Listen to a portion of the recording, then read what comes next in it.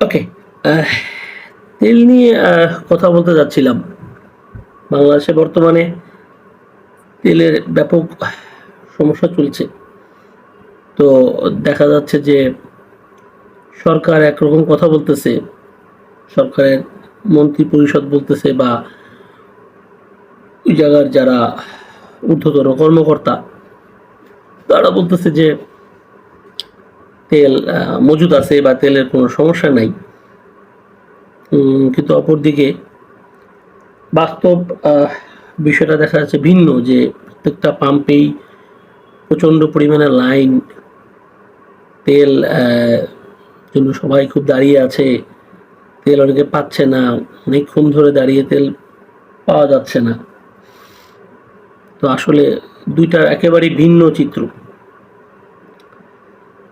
যদি সরকার মনে করে যে সত্যি তেলের ক্রাইসিস হচ্ছে, যেমনটা যুদ্ধের কারণে হচ্ছে, আসলে সব জায়গাতেই বিভিন্ন দেশেই তেলের জন্য অনেক জায়গায় জরুরি ঘোষণাও দিয়েছে, তো আমাদেরকে আগেই বলা উচিত।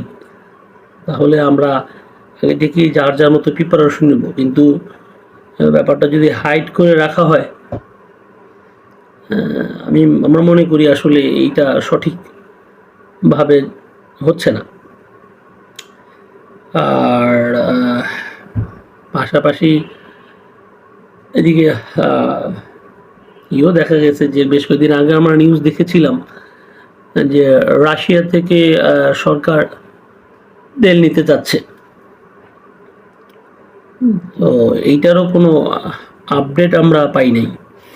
প্রথম কথা হচ্ছে যে কেন রাশিয়া থেকে তেল কেনার জন্য আমেরিকার কাছে চাইতে হবে, অনুমতি চাইতে হবে? যদিও একটা নিউজে দেখলাম যে এখানে বেশ কিছু ইস্যু আছে এবং নানান ধরনের কথাও বাজারে প্রচলিত আছে যে আমেরিকার সাথে বিভিন্ন ধরনের টার্মস অ্যান্ড কন্ডিশনে এই সরকার আবদ্ধ।